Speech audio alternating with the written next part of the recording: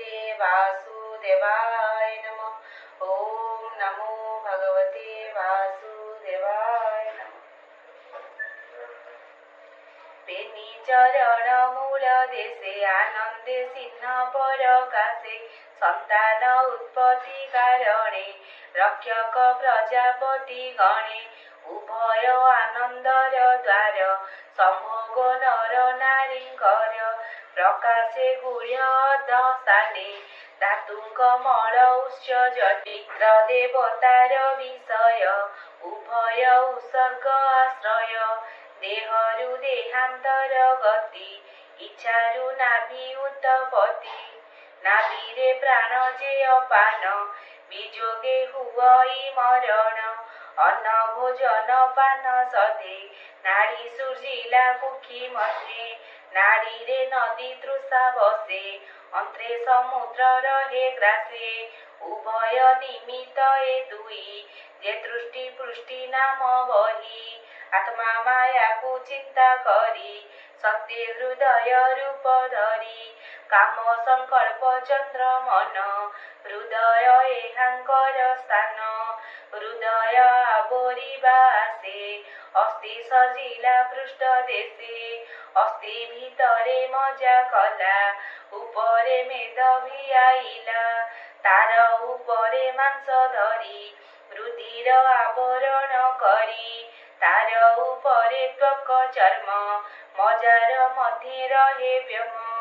हेमंते करी सप्त धातु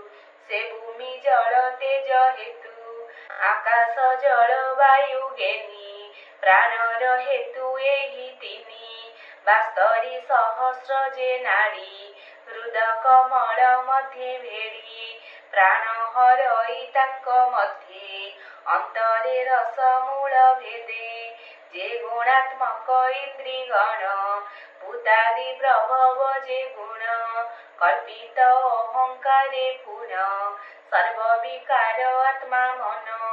बुद्धि विज्ञान स्वरूपिणी जेणे संसार माया जिणी अग्नि उदक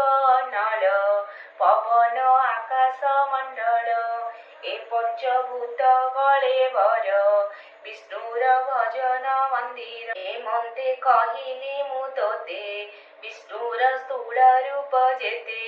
हे जीव ब्रह्मांड धारणे वेष्टित अष्ट आवरणे पृथ्वी आदि पंचभूत मन अहंकार महत ए अष्ट गुणे आवरण हेमंते ब्रह्मांड घटन ए स्थूल रूप जे ताहार एहा उपरे सूक्ष्मतर से निर्विकार निरंजन अनादि मध्यम निधन से शून्य मध्ये निराकार मन वचन अगोचर ए स्थूल रूप सूक्ष्म रूप धरी खेलई आत्म माया करी पंडिते न देखती एहा सृष्टि संकल्प विष्णु माया